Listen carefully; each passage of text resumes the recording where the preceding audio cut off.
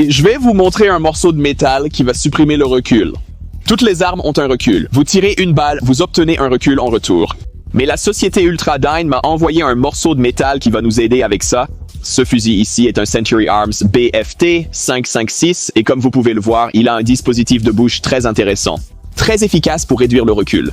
Il a un seul déflecteur, mais lorsque vous le poussez à l'extrême avec quelque chose comme ce Big Kauna Firearms 50 Browning Machine Gun où la réduction du recul est très critique, vous pouvez parfois obtenir jusqu'à 4 de ces fentes de redirection sur ces fusils de gros calibre. Mais Ultradyne a dit non, nous ne voulons pas 4 ports de gaz pour seulement 50 Browning Machine Gun et de très gros fusils. Non, Ultradyne a fabriqué un 4 ports. Frein de bouche pour AR-15 standard. Ou diable si vous le vouliez, un fusil de précision 5.56. Et ce frein de bouche a en fait un secret caché dans ces petites fossettes, mais tirons cela. J'expliquerai le secret dans un instant. Alors voyons à quoi ressemble ce recul. Ce que je viens de remarquer en tirant avec ceci, c'est que c'est beaucoup plus bruyant, mais l'arme ne bouge pas vraiment. Alors qu'en tirant quelque chose comme notre PSA Saver, vous obtenez un peu plus de ce rebond sur votre droite standard et côte à côte. Voici à quoi il ressemble au ralenti.